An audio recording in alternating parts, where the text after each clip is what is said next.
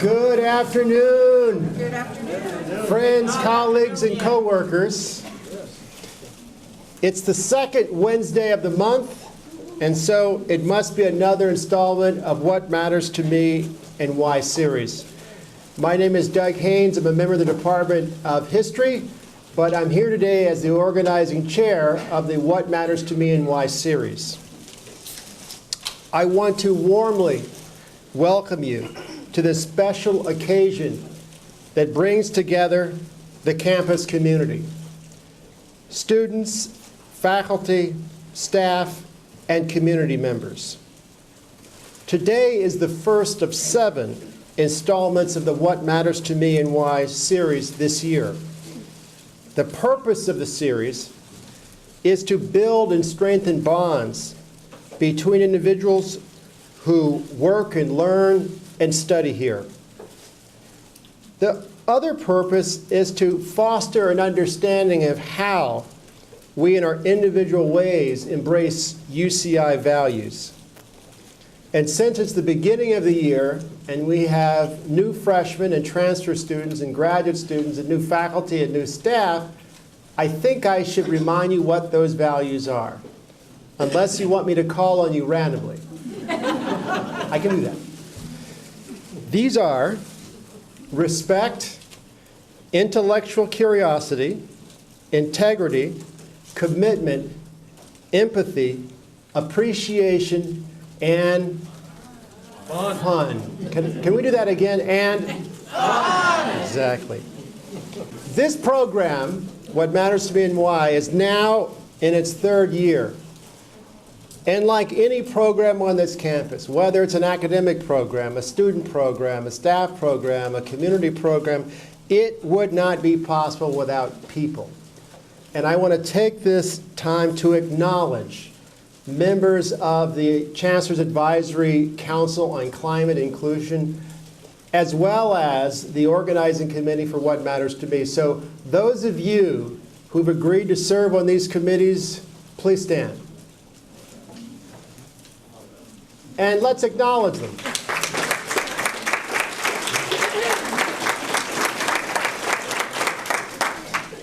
Now it's my pleasure to invite to the podium Rebecca Thompson.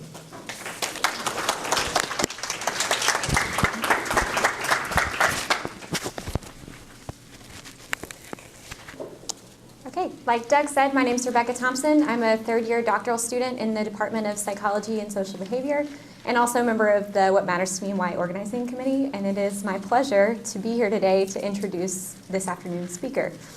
Professor Elizabeth Loftus obtained her undergraduate degree from UCLA and her PhD from Stanford.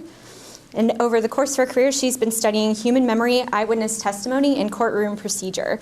She currently holds positions in the UCI Departments of Psychology and Social Behavior, Criminology, Law, and Society. The School of Law, is a fellow of the Center for Neurobiology of Learning and Memory, and was the founding director of the Center for Psychology and Law. Her CV is extraordinarily impressive. She's published over 500 scientific articles and 22 books. Wow, right? Which have been translated into numerous other languages as well. Professor Loftus has also received many accolades over the course of her career, including several honorary doctorates and the most distinguished honors from several academic societies, including election to the National Academy of Sciences in 2004. She's also been awarded some of the most prestigious awards that UCI has to offer, including the Lauds and Laurels Faculty Achievement Award in 2005 and the UCI Medal in 2012. She was also recognized as one of the 100 most eminent psychologists of the 20th century on a list that included such names you might have heard as Piaget, Skinner, and even Sigmund Freud. She was also the top-ranked woman on this list, and as an aspiring female psychologist myself, it is my pleasure to bring Elizabeth Loftus to the podium. So.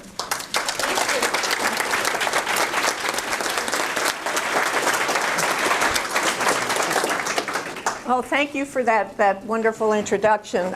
It is a pleasure for me to be here and have a chance to talk to such a heterogeneous group of members of the UCI community about what matters to me. And you know what happens, you get asked to do something like this 6 months ago or 9 months ago, and okay, it sounds like a good idea, and then it comes upon you, and oh my God, I guess I have to figure out what matters to me.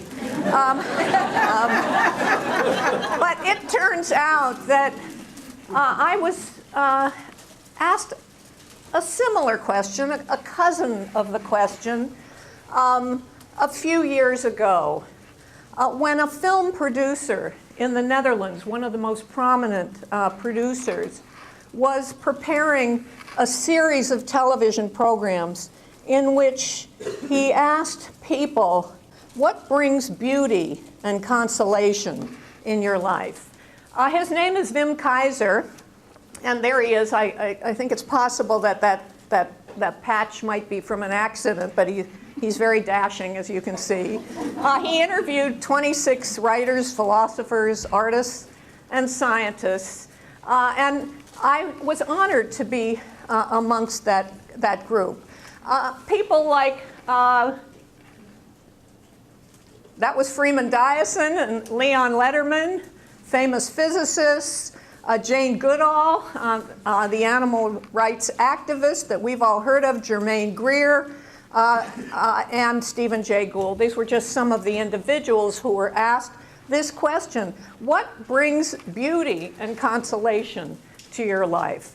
So could I just, because I'm a teacher here, Ted, what would you say? My colleague in cognitive sciences, what brings beauty and consolation to your life? Well, those are pretty different things. The beauty part for me is sort of the natural surroundings that I'm in, and the consolation is probably my interactions with other people. Okay, well, that's a pretty good on the spot, Ted. So I said to Wim Keizer, I'm not sure, beauty, consolation, both, either. What are some other people saying? And maybe I could take a recognition test and just ask, is that me? And so one person said butterflies, and I thought, well, they're nice to look at, but it's not me. And one said Mozart. Well, I like listening to classical music, but that's not a major beauty and consolation thing for me. One said children. I don't have children. And others talked about their faith and God. I don't have that either, as I'll explain. So I had to go back to the drawing board and say, well, what does matter to me? And I brought him a couple, a falsely accused couple, a couple who had been falsely accused of sexual abuse by their daughter.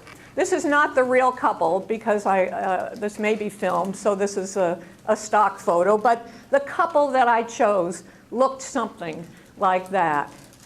The daughter's accusations had completely destroyed the family. This couple was absolutely miserable until they were introduced to others who were going through something similar. So I bring Wim Keizer, a falsely accused couple, and he says to me, after he interviews them, you're weird. You're weird. I understand Mozart and God and butterflies and children, but I don't really understand what's beautiful about this to you. I said, what's beautiful to me is they start out when they're first accused, they think they're completely alone, that they're the only ones going through this experience. And then I've been able to introduce them to other couples who have contacted me. And so they find out they're not alone. And they start to get together socially. They start to share their stories. They empathize with one another. And sometimes they even learn how to laugh at some of the ridiculous claims that are being lodged against them. And I think that's beautiful. They also are very appreciative of efforts of anyone who will help them get to this state. So how did I end up being so weird, as Wim Keizer would suggest? I mean, he went on with a long interview. He tried to relate this to other things that happened to me in my life, and I don't know that there's any one right answer as to why this is so beautiful and consoling to me. But let's go back to the 1940s. I was born in 1944. In fact, I'll be celebrating a very big birthday next week, divisible by 10. My father learned of my birth when my mother sent him this telegram because he was away in the Pacific fighting World War II. But he would eventually come back, and I stayed with my mother for the year he was gone. Eventually he would come back. My mother, in a subsequent letter that I would find in their possessions, apologized to him for having a girl. I know you really, I know you really wanted a boy, but she is cute. And, but fortunately for my father, he got a boy and then another boy. So there I am with my two brothers and my cousin who's looking in the other direction. The 50s came around, and I was sort of a normal, typical person going to junior high school. There's a picture of me in the class photo in junior high, and then something really bad happened. On the 191st day of 1959, my mother drowned.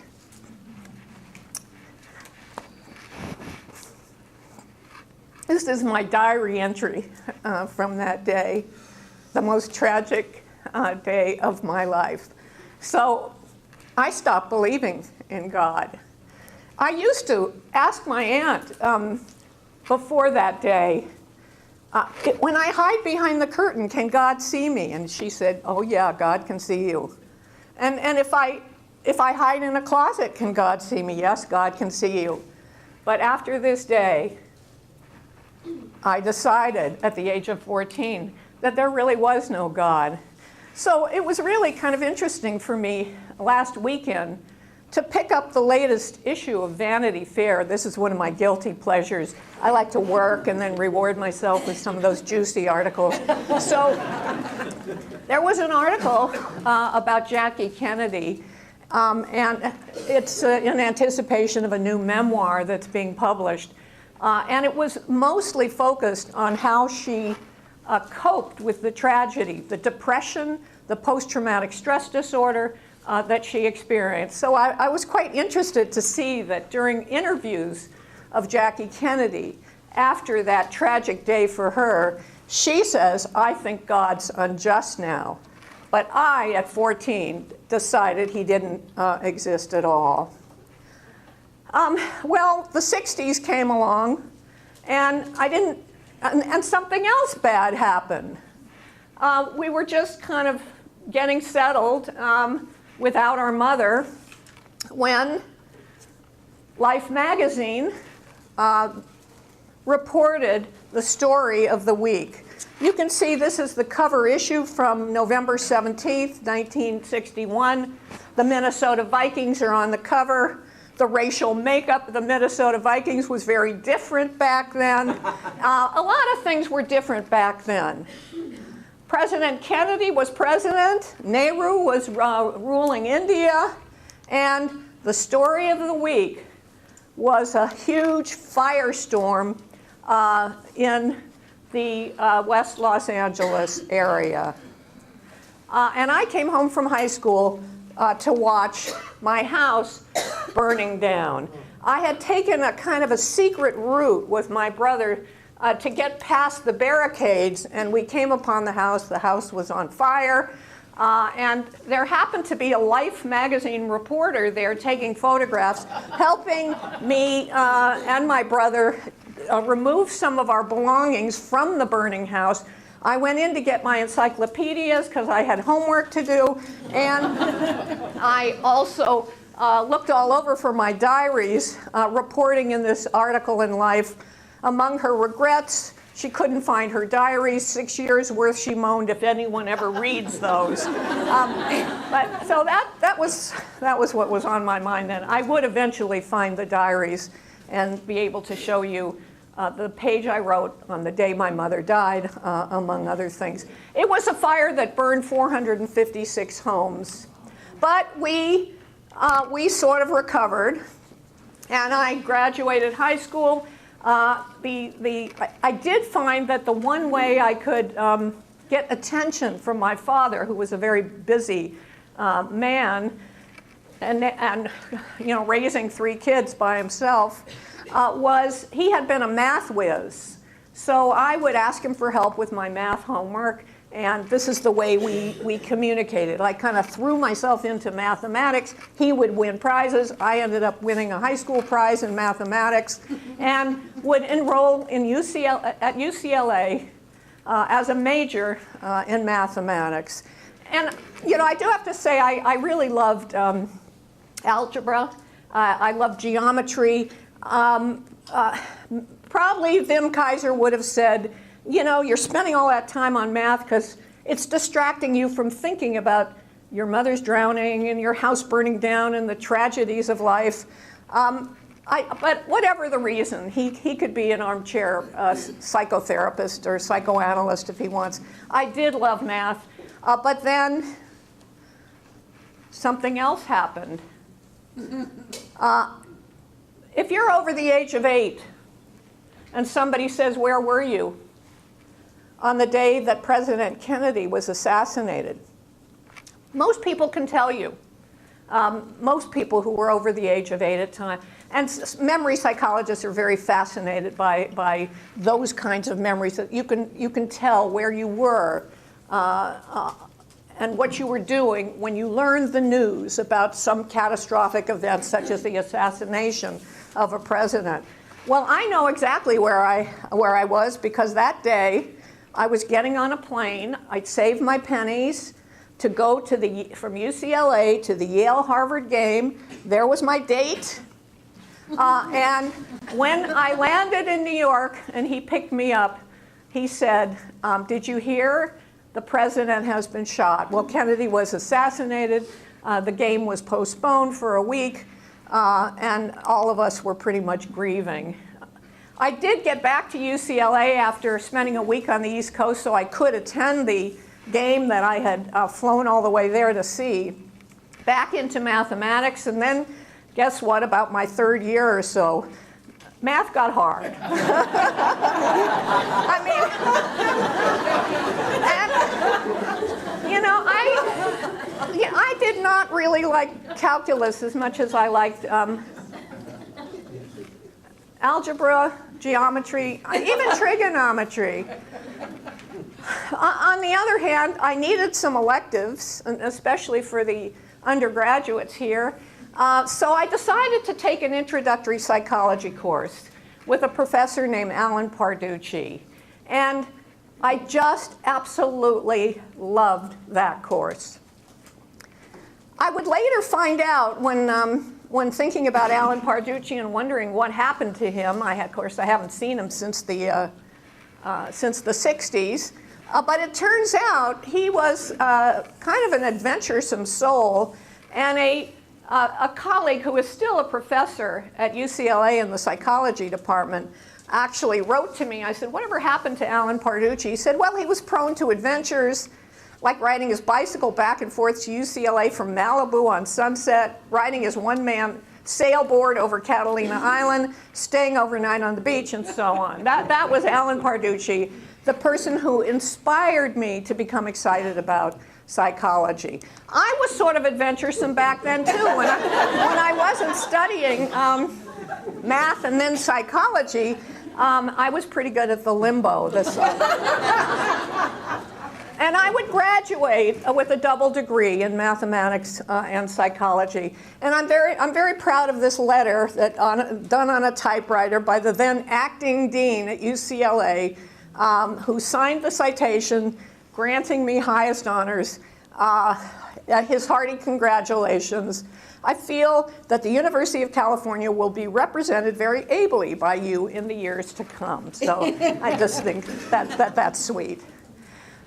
I did move on to Stanford. There was a program there, mathematical psychology. I thought, well, that must be perfect for me because it combines my 2 fields. And so I joined the group.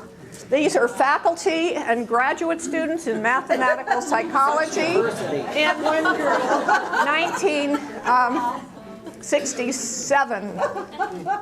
And you do see some famous people here. For example, Richard Atkinson, who would become my master's thesis advisor, who was chancellor at UCSD and then ultimately president of the UC system, now living back in San Diego. The first-year grad students were assigned a mentor.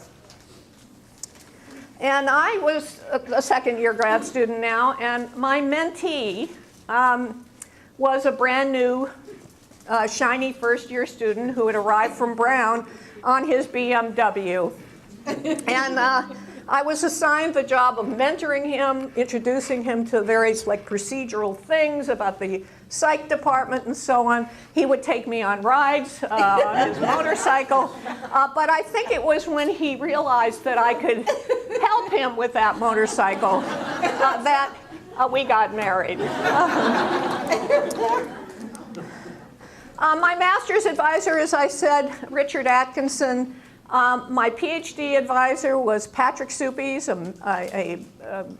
He's in his 90s now, but he was part of the mathematical psychology program, amongst many other things that he did.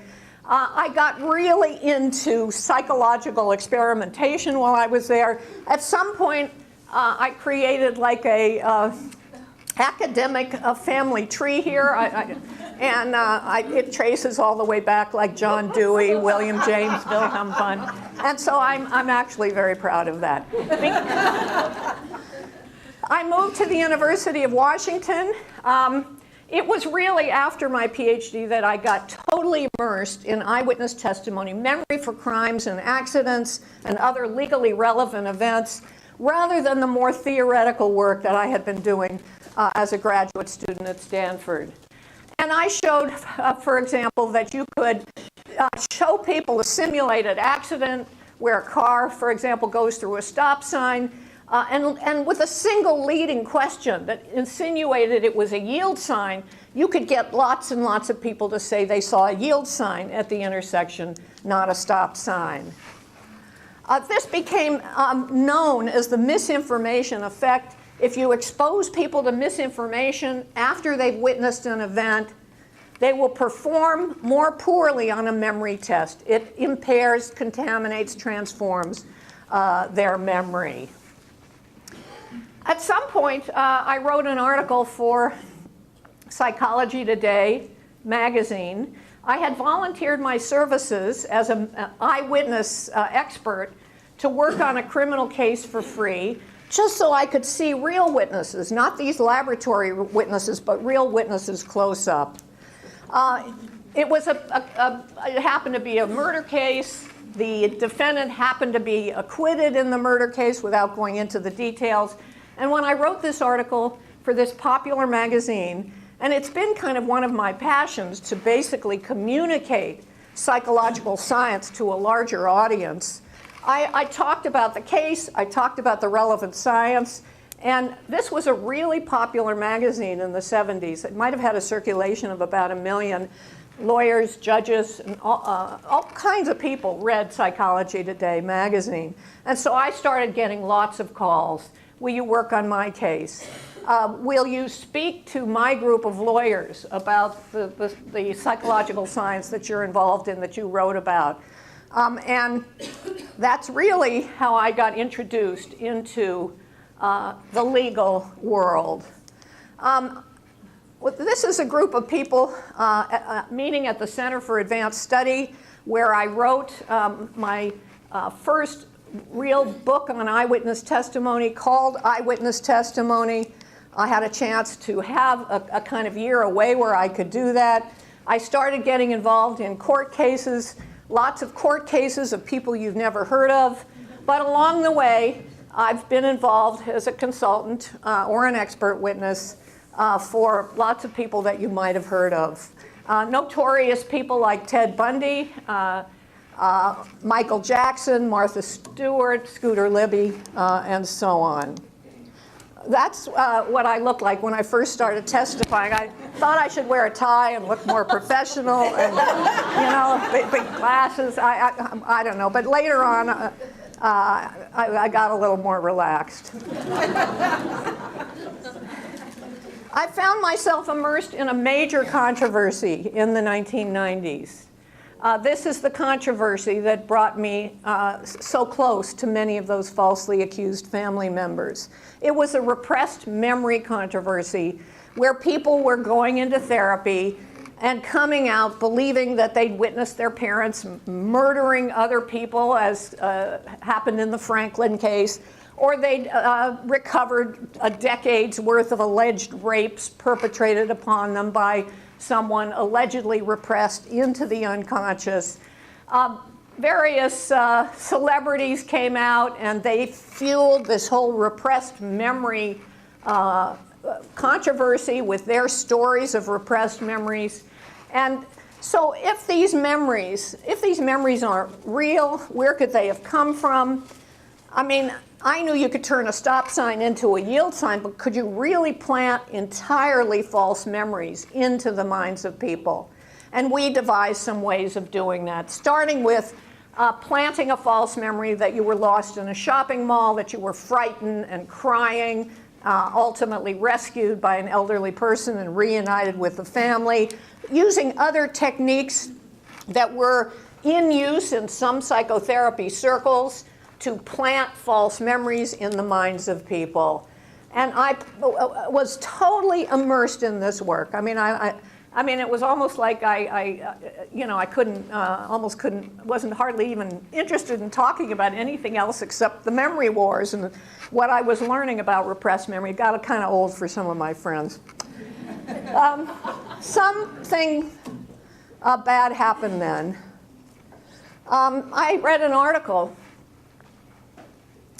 I mean, you think, bad things happen to you, you might get immune when more bad things happen, but it doesn't really happen that way. I read an article where a psychiatrist was trying to fob off a new case as the new proof that repressed memories are real. It was an anonymous case, Jane Doe, John Doe, and so on. And one summer, I thought, I don't trust this article, but 280 million people in America back then, how are you going to find the Doe family to get to the bottom of it? And one summer, I decided to try, and I did. I found the Jane Doe family. And when I found that family, then of course I could get into the divorce file. And that's one lesson I learned here. If you have a messy divorce, do get your divorce file sealed, because people like me could come along and get in there if you don't. And I found enough evidence to convince me that in this case, this mother had been absolutely railroaded, lost custody and visitation of her little girl based on an accusations of sex abuse. With a colleague, wrote up an article. I should say that before we wrote this article, Jane Doe complained to my former university, the University of Washington. One of your faculty is looking into my life, I'm upset. They came to my office with 15 minutes notice and they seized my files. And they put me under investigation for some suspected wrongdoing. So I spent 2 years defending against this accusation from a university that I had spent more than 25 years working at, that I had been devoted to, that I had left a legacy gift to in my will, and now they didn't stand up for me. They put me through this onerous investigation, and finally I was acquitted or found, innocent or whatever of any wrongdoing. I was then ungagged. I published my expose immediately, and it's a brilliant expose, if I do say so myself. We still didn't mention the name of Jane Doe. She was still Jane Doe at that point. about a year later, I was still irritated that my university hadn't stood up for me, and UCI came along with a job offer. In fact, I see the then dean sitting here, Ron Huff, a job offer. And I decided to accept the offer and leave the university where I had taught for 29 years. I had a garage sale. There it is. Because, it's real estate is expensive. I had to give away or sell half my clothes, half my books, half my dishes, half my pots and pans, which I never used anyhow, and left my house, which had a sweeping view of Lake Washington, left the breakfast group, where I ate breakfast every morning, where there was a 90-year-old sculptor, and an accountant, and a psychotherapist, and a neurophysiologist, and a couple of UPS drivers. We all just kind of gathered for breakfast, whoever showed up at a nearby restaurant. And I moved to UCI. And it was, pretty traumatic to be moving to UCI in my late 50s. And within 6 months of being here, published the expose, still didn't name Jane Doe. She sued me. She sued for $1.3 million for defamation, invasion of privacy, infliction of distress. In fact, these were some of her claims in this lawsuit. And so now, she also sued my co-author. She sued my dear friend and psychologist, a friend who we thanked in a footnote for her help with the article. And so we three became part of this disturbing trend in which scientists and scholars are being sued for, in part, for controversial ideas or for exposing ideas that are a matter of great public controversy. I went through 4.5 years of litigation. Eventually, the case ended when Jane Doe filed bankruptcy in 2009. But through all this, UCI stood by me. And yay.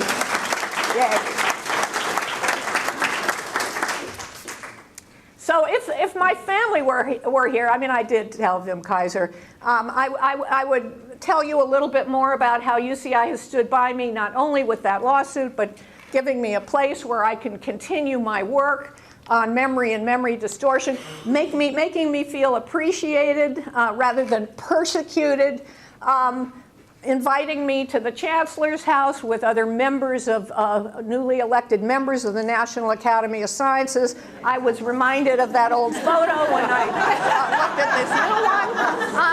But I will say, we now do have a number of women on our campus, a number of wonderful women who have been elected to the various academies.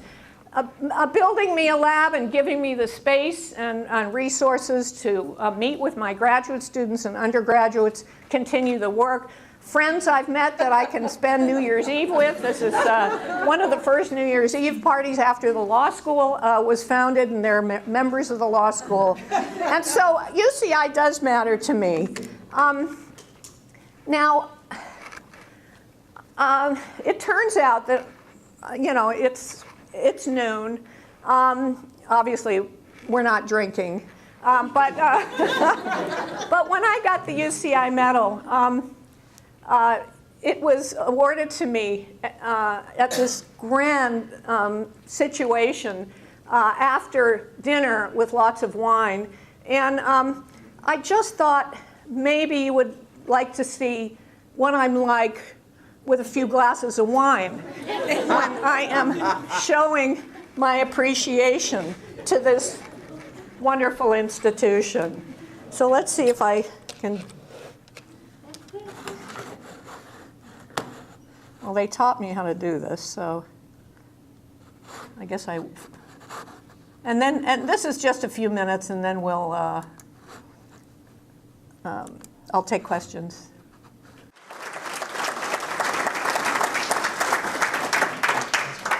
Well, colleagues, Professor Loftus has agreed to take questions and answers. Remember, speak up. You're being recorded. There are microphones on either side. I'll repeat that. It's now your turn.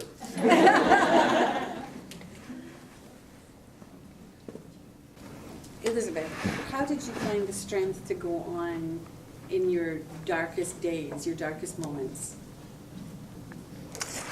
Oh, the strength to go on. Well, I guess the most recent, the most recent crisis, which was really at the University of Washington, when I was facing this 2-year investigation about whether I had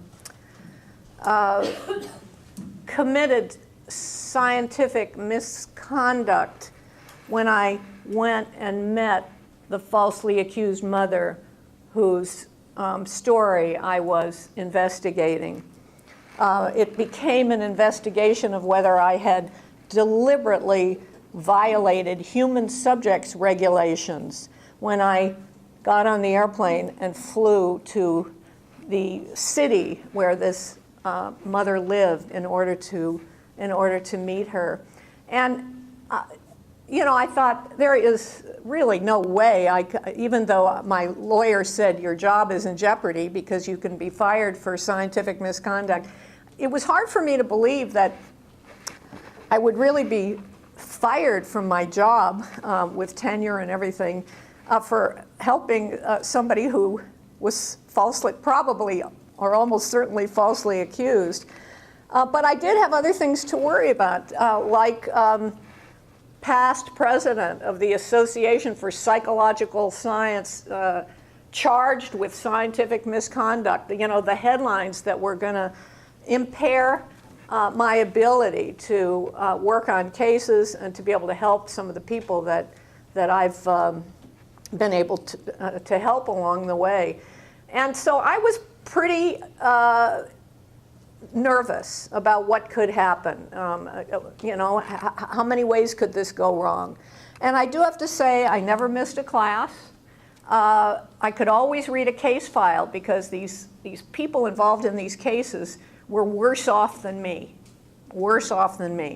But there was a period where sometimes I would go home at 2 o'clock in the afternoon and I would crawl under the covers and I would watch those Lifetime television movies on TV. And I got great comfort from watching them because they're all of a certain pattern, and the pattern is usually she's just trying to live her life, and then some usually guy comes along, makes her life incredibly miserable because he's like a cheat and a liar, but in the end she slays him. And so I would watch these Lifetime television movies over and over, and I really got great comfort out of watching them. Yeah. So I have 2 parts to this question. So first, have you ever investigated the reliability of your own memories from childhood or from previous years? And secondly, are there any strategies people can use to preserve their memories accurately? Well, first of all, in terms of my own memory, I'm curious about all kinds of people's memories, but also my own. And once I became a full-fledged scientist in the area of memory, we do have this phenomenon in the memory world called childhood amnesia. Most adults don't have concrete, reliable, episodic memories for things that occurred before the ages of 3. And if I were to ask, what's your earliest memory, many of you might give a memory from when you were 4 or 5 or 6 or maybe even older. Well, my earliest memory, my whole life, I thought my earliest memory was this terrific day that I had going to the show, the greatest show on earth, and all kinds of fun that we had that day. And I thought that was my earliest memory. One day, as a grown-up, I was in a bookstore, and here was this book on, a century of encyclopedia of film. And I thought, I think I'll look up when was the greatest show on earth released in movie theaters. And it turns out that I was over the age of 8 at the time, so it wasn't my earliest memory because I had other memories, and I thought, well, so much for that. I have, once I started studying memory distortion and the planting of false memories, people just somehow think it's really cool to try to plant memories in me. And so I have had to fend off efforts to do that. But one thing happened while I was fighting the memory wars that I thought was really a powerful experience. I went to my 90th, the 90th birthday of one of my uncles, and one of my relatives started to talk to me about how I was the one that found my mother's body drowned in the swimming pool. And I said, no, I didn't find the body. It was my aunt, her sister, who found the body. It wasn't me. Oh, no, it was you. And this relative was so insistent that I left the celebration, and I started thinking, did I find the body? Is it possible I could have repressed something like that? And I almost could visualize it. I could see the way she would have been lying. And I was really on my way to getting a very strong memory of this experience when the relative called and said, sorry, made a mistake. It wasn't you. It was the aunt. And I thought, this is what it feels like. This is maybe what it feels like for people who are plied with suggestion and then develop these memories. Now, you asked about strategies, and I would say there are two things you can do, to improve your memory. One is pay better attention in the first place. A lot of the cause of failure to remember is you don't store it in the first place because you're distracted and not really paying attention to the person's name when they're introducing themselves to you, for example. And then there are different patterns of rehearsal that you can engage in. How often should you think about the information after the event is over in order to maximize the chance that you'll be able to retrieve it when you want to? And learning something about those patterns of rehearsal can sometimes improve your ability to get access to information and memory when you want it. How did you get interested in false memories? What event triggered you to start doing research on that? Well, I think I trace it in part to back when I was in grad school. I started doing some studies of memory, but they were very theoretical studies of memory. They were experiments that you could maybe talk to 5 other people about who would care. But I cared at the time, and I was learning how to do experiments and start to finish, how to collect the data, how to enter it, how to analyze it, how to write up papers. It was all very good experience, but a couple years post-PhD, I said to myself, am I really interested in these theoretical questions about memory? I had lunch with a cousin. My cousin was a lawyer, and she said, well, you're an experimental psychologist. Have you made any discoveries about memory? I said, yes, I have. Well, what? I said, well, I with my co-author, I discovered, for example, that people are faster to give you the name of a bird that's yellow than they are to give you the name of a yellow bird. 250 milliseconds faster, about a quarter of a second. And my cousin said, how much did we pay for that result?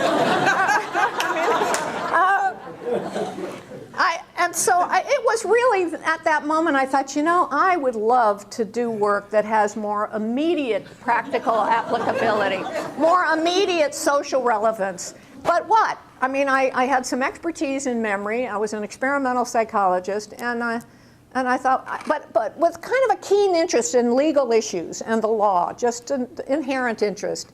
And I thought, well, I will. Maybe I'll study the memory of witnesses to crimes and accidents. and other related events. A former professor of mine had gone off to work at the U.S. Department of Transportation. He said, if you study memory for accidents, you know, there's some money here, research money. So I remember one day saying to my husband, who was then my husband, I've decided I'm going to study memory for accidents. And he said, oh, really? Well, what are you going to study about them? Well, I don't know yet. I don't know yet, but that's what I'm going to do. And he nor I had any idea that it would lead to all that it's led to. Hi, Ben. Hi, John. So when it comes to repressed memories, false memories, implanted memories, whatever's going on in the brain during that process, is there any connection to what's going on in the brain, for instance, with Alzheimer's? Well, I don't know very much about Alzheimer's except how devastating it is from what cases I've read, from having an aunt who had it and watching my cousins, her children have to deal with not being recognized anymore. I mean, there is so much brain damage in Alzheimer's that I don't even know where to think about it. But the kinds of false memories, the little bitty false memories and then the really rich ones that I plant in the minds of people are being planted in the minds of some kind of very, healthy, high-functioning, normal individuals. And so I am not sure I would draw too many parallels to that other situation. So, Beth, Where's my, yeah, hi, Ron.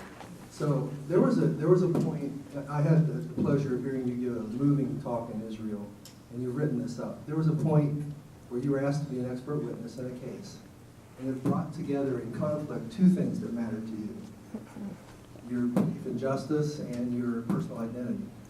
And so could you just say briefly to the audience about the Demyanov case? I think they'd find that fascinating. Okay, yeah. Sometimes people, do say, well, how do you decide you're going to work on a case? I mean, and of course, how I decided in the beginning of my career might be a little different from how I decide today when, there are daily and weekly opportunities to choose from. But mostly in the beginning I thought, well, science is there for whoever asks for it. Publicly, we all paid for it, and that I should, consult on cases without worrying very much about whether or not a person was guilty or innocent. Just is there a memory issue here? Is there a significant memory issue, and is there a science that can contribute to our understanding of that memory issue? At some point, I got a call and a request to work on a case of a man named John Demjanjuk. Demjanjuk was an auto worker in the Ohio area, an elderly man when he was accused of being Ivan the Terrible, the operator of the gas chambers at the Treblinka concentration camp during World War II. So he was accused of herding all those prisoners into the gas chambers, and he got his name, Ivan the Terrible, by the particularly sadistic way in which he did that herding, stabbing people on the way in and so on. And I was asked to consult and be an expert witness in his trial, Crimes Against Humanity, that was taking place in Jerusalem.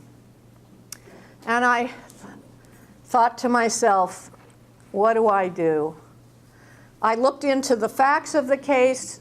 I saw that he had been identified 35 years after the last survivor could have seen him in Treblinka, that he had been identified from a highly suggestive set of photographs.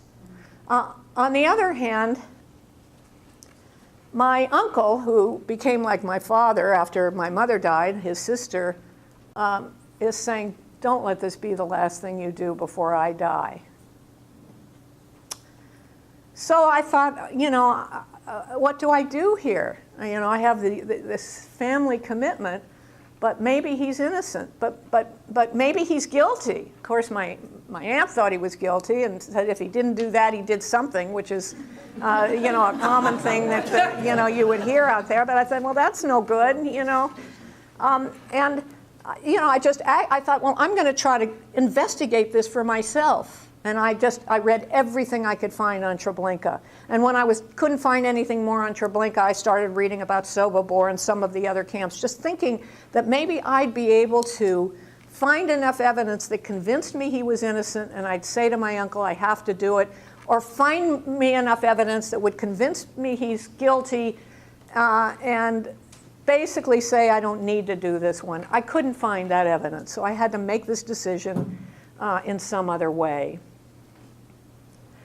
A friend was visiting me. We were having tea one afternoon, and I was talking about this dilemma, which was about all I talked about during that period while I was doing this investigation. And I said, the consistent thing seems that, I should go forward and testify, but it's disturbing me so much. And my friend said, quoting Emerson, consistency is the hobgoblin of small minds. And I thought, you're right. Who says you have to be consistent? We don't have to be. Who says you have to be consistent? I don't need to be consistent. This is too difficult for me.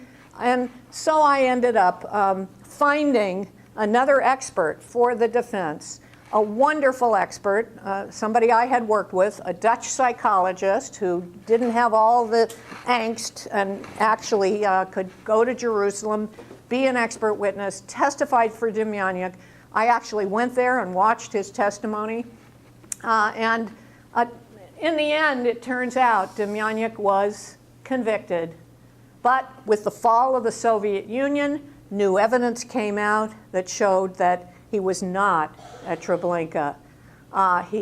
He was not at Treblinka, and so he was released and sent back to Ohio. Interestingly, our government decided that, well, maybe he wasn't at Treblinka, but he might have been at a different camp. Sobibor sent him back to Russia so he could stand trial for being at this different camp. But he had been identified as being the person at Treblinka.